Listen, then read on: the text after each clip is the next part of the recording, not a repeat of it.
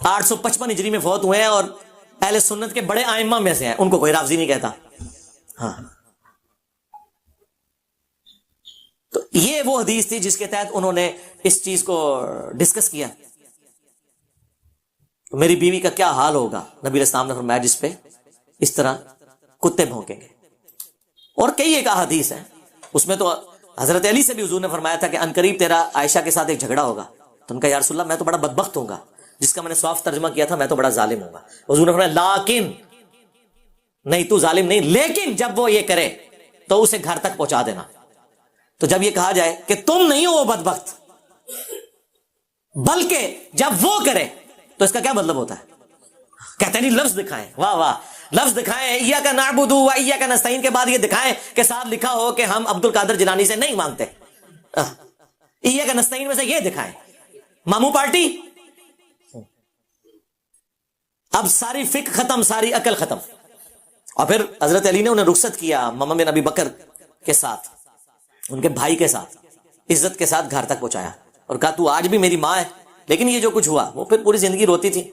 صحیح بخاری میں مجھے میری سوکنوں کے ساتھ دفن کرنا، جو کچھ میں نے حضور کے بعد جو کچھ معاملہ ہوا، میں نہیں چاہتی کہ رسول اللہ اور ابو بکر اور عمر کے ایسے لوگ میری تعریف کریں. مصنف ابن ابی شیبہ میں موجود ہے، باقاعدہ سلسلہ حدیث صحیحہ کے اندر شیخ البانی نے یہ ساری حدیثیں جمع کر کے ذکر کیا ہے کہ حضرت عائشہ روتی اس وجہ سے تھی اور وہ کہتی تھی مجھے سوکنوں کے ساتھ دفن کرنا جنگ جمل کی وجہ سے، کیونکہ قرآن میں حکم ہے نبی کی بیویوں گھروں میں ٹھہری رہو. تو حضرت عائشہ کو اس بات کا غم تھا کہ مجھے یہ نہیں کرنا چاہیے تھا. یہ اللہ کے نیک بندوں کی نشانی ہوتی ہے، اللہ تعالیٰ انہیں مرنے سے پہلے توفیق دے دیتا ہے توبہ کی.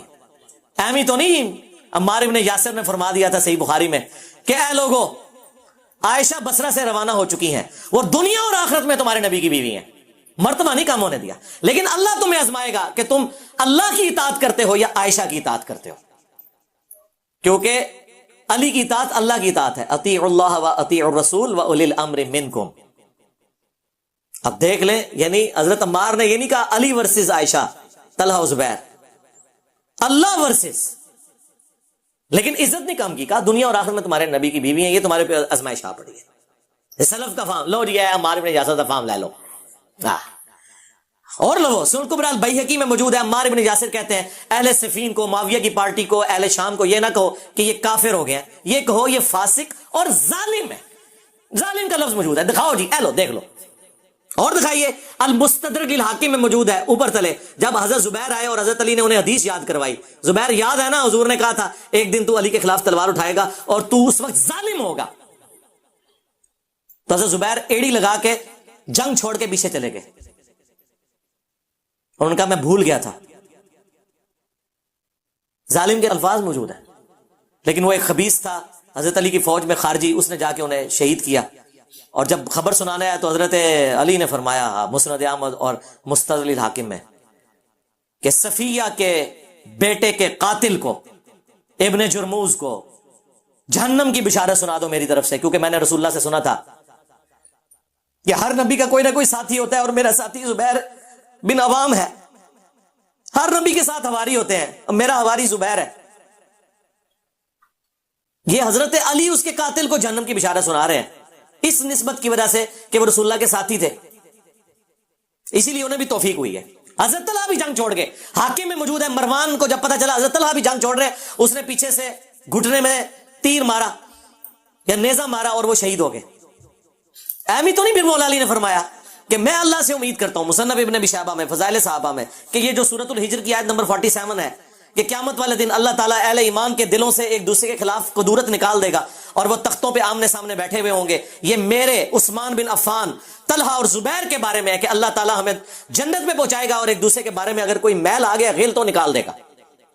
ہاں، لیکن ماموں کو نہیں معاف کیا، ان پہ قنوت نازلہ پڑی مولا علی نے، اللہم علیک بمعاویہ و اشیاءہ، اے اللہ معاویہ اور اس کے شیعہ کو برباد کر، عمر بن عاص اس کے شیعہ کو برباد کر، ابا سلمی اور اس کے شیعہ کو برباد کر. اور یہاں تک فرمایا کہ مصنف ابن ابی شیبہ میں موجود ہے کہ میں اللہ سے امید کرتا ہوں کہ میرے مخالفین جو اہل شام ہیں، مقتولین صفین، یہ بھی جنت میں چلے جائیں گے، اللہ انہیں معاف کرے گا. اور پھر مقدمہ میرے اور معاویہ کے درمیان اللہ کی بارگاہ میں طے ہوگا. یہ مقدمہ بھی طے ہونا ہے، یہ دنیا میں ہی طے کر کے بیٹھے میں. یا ایک وہ انہوں نے غزالی نے نا ام بن عبدالعزیز کی طرف ایک جھوٹا خواب منسوخ کر دیا کہ جی ام بن عبدالعزیز نے خواب میں دیکھا ہے کہ قیامت والے دن ایک محل میں رسول اللہ تشریف فرمائے. پہلے حضرت علی کو بلایا گیا, پھر حضرت معاویہ کو بلایا گیا. حضرت معاویہ باہر نکلے, انہوں نے کہا واللہ مجھے بخش دیا گیا, اور علی نکلے اور انہوں نے کہا کہ مجھے میرا حق دلوا دیا گیا. کہانی بنائی نے خواب جدوں حدیث عمار نہیں پتا انہوں نے, باقی حدیث نہیں پتا, کہانیاں پوری انہوں نے اپنے سارے کے سارا مقدمہ گاندیوں میں ڈالا ہوا انہوں نے. اور یہ ہمیں آگے باتیں کرتے ہیں جی حضرت عثمان کے مخالفین ہوتے ہیں. حضرت عثمان بھی تسی مروایا ہے سرکار, بنو امیہ نہیں مروایا. اب بعد میں پھر خون آلود جو ہے نا کرتا جا کے جامعہ دمشق میں لٹکا دیا, پوری کہانی ایک جمع کرنے کے لیے.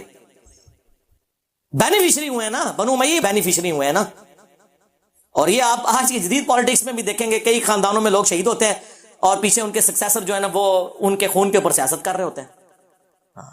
یہ خون آلود کرتے آج بھی لوگوں نے لٹکائے میں, اور ہمیں آ کے یہ لوگ بتاتے ہیں اور پھر یہ کہتے ہیں کہ جی یہ جی وہ چندوں کے اوپر پل رہا ہے اور یہ ان کی ڈیوٹیاں پوری کر رہا ہے. یار یہ کتابیں ان کی ہیں, یہ بخاری مسلم میں نے لکھی ہے. اب تم اپنی کتابوں سے منکر ہو گئے ہو تو اس میں میرا کیا قصور ہے؟ میرا تو کام یہ ہے کہ جو قرآن و سنت میں آیا ہے میں ڈنکے کی چوٹ کے اوپر بیان کروں گا اللہ کے فضل سے. اور اپنے گھر کی خبر لو. اور ایک بڑا خطرناک بابا جی تھانوی, اسی الامداد رسالے میں 1 سال بعد کا رسالہ ہے, یہ غالباً سفر 1326 ہجری کا ہے اور ایک 1327 ہجری کا ہے یا 1325 ہجری کا. اس میں ایک مرید نے اسے لکھا کہ میں نے خواب میں دیکھا ہے کہ سیدہ عائشہ آپ کے گھر آئی ہیں سلام اللہ علیہا, ہماری ماں. تو پتہ ہے اس نے تعبیر کیا بیان کی؟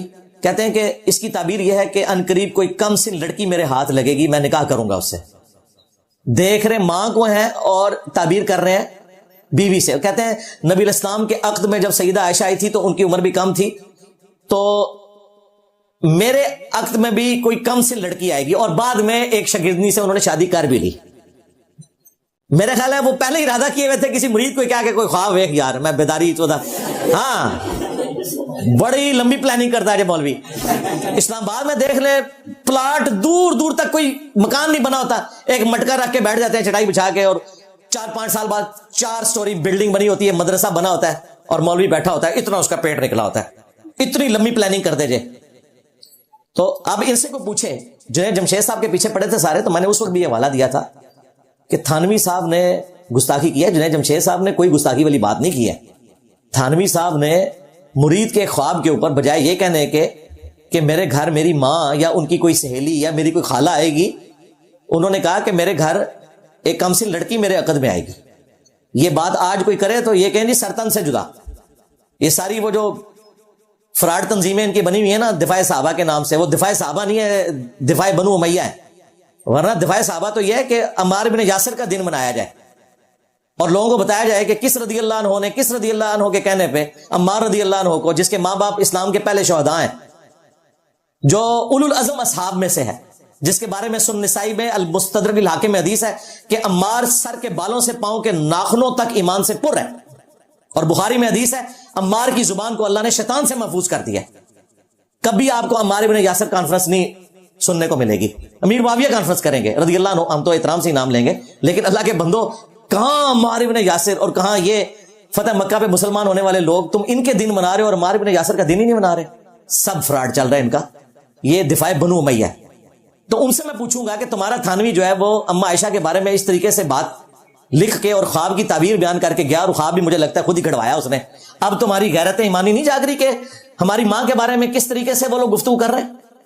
انہوں نے مجھے اکسایا نا, تو میں انہیں بتا رہا ہوں کہ اللہ کے بندو, ایک غریب اتو بدتمیز تو اڈی کوئی گراؤنڈ نہیں, ٹھیک ہے, تو اڈا فرقہ 1867 میں دیوبند مدرسہ بنا, اس سے پہلے دنیا میں کوئی مسلمان دیوبندی نہیں تھا. کہتے نہیں انفی صوفی تھے, او بھائی انفی صوفی تھے, وہ بریلویوں والے عقیدے تھے ان کے سارے.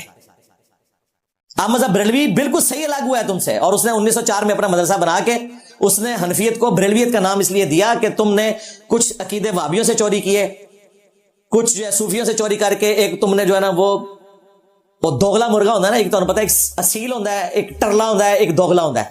ہاں ٹھیک ہے, اصیل تو خیر میں کریڈٹ دوں گا اہل حدیث ہے, 24 کیرٹ سونا ہے اپنے منج میں, باقی وہ منج کو فالو نہ کریں, ماموں کی محبت میں گمراہ ہو جائیں الگ بات ہے.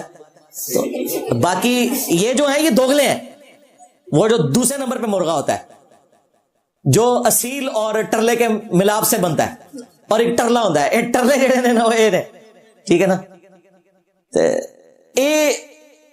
یہ انہوں نے کچھ چیزیں ادھر سے پکڑی, کچھ ادھر سے پکڑی, اور انہوں نے معاملہ جو ہے وہ اپنا ایک نیا فرقہ بنا لیا. اصل میں ٹرلا جو تھا, جو ایک چل رہا تھا عقیدہ صوفیاء کا, وہ بریلویوں کا ہی تھا, جو بعد میں بریلویت کے نام سے آیا. ویسے ابھی بھی میجورٹی اکٹھے ہی ہیں. امداد اللہ مہاجر مکی ان کا اکٹھا ہے, جس نے وہ غوث پاک کے دھوبی والا واقعہ لکھا ہے. ہاں, وہ دھوبی والا واقعہ ڈاکٹر طاہر القادری صاحب بیان کر کے کہتے ہیں ایکچولی تھانوی نے بھی نقل کیا ہے. یعنی وہ اس طرح بتا رہا ہے جس طرح امام بخاری نے نقل کر دیتا ہے. اور تو ہی اب میں اکو کو جو پیچھو غوث پاک کا دھوبی. تو غوث پاک کا دھوبی والا جو واقعہ ہے یہ دونوں مانتے ہیں, غوث پاک بھی دونوں کہتے ہیں ان کو. یہ لادہ بات ہے کہ نماز یہ قادیانیوں والے طریقے پہ پڑھ رہے ہیں. غوث پاک تو رفع الیدین سے نماز پڑھتے تھے, رکوع میں جاتے وقت اور رکوع سے اٹھتے وقت رفع الیدین کرتے تھے. یہ تو جی کہ آپ نے پوری ویڈیو دیکھی مرزا علی کی, تو اپنی ذاتی رائے دیں کہ بھائی آپ کے حساب سے کون صحیح کہہ رہا ہے. مرزا علی ٹھیک کہہ رہے ہیں, یا جو مفتی اکرام اہل دیوبند کے ہیں وہ ٹھیک کہہ رہے ہیں. پھر وہ اشرف تھانوی کے اوپر بات کی گئی, جو بھی ساری باتیں سنی آپ نے, تو آپ کی ذاتی رائے کیا ہے کہ کون سچ بول رہا ہے کون جھوٹ بول رہا ہے؟ جو بھی کو سمجھ آئی ویڈیو دیکھ کے اپنی ذاتی رائے میں کمنٹ میں مینشن ضرور کریں. تو اگر کوئی ویڈیو پسند آئی ہے تو اس کو لائک کر دینا, کمنٹ کرنا, میرے چینل کو سبسکرائب ضرور کریں. ملتا ہوں آپ کو اگلے ویڈیو تک کے لیے. اللہ حافظ.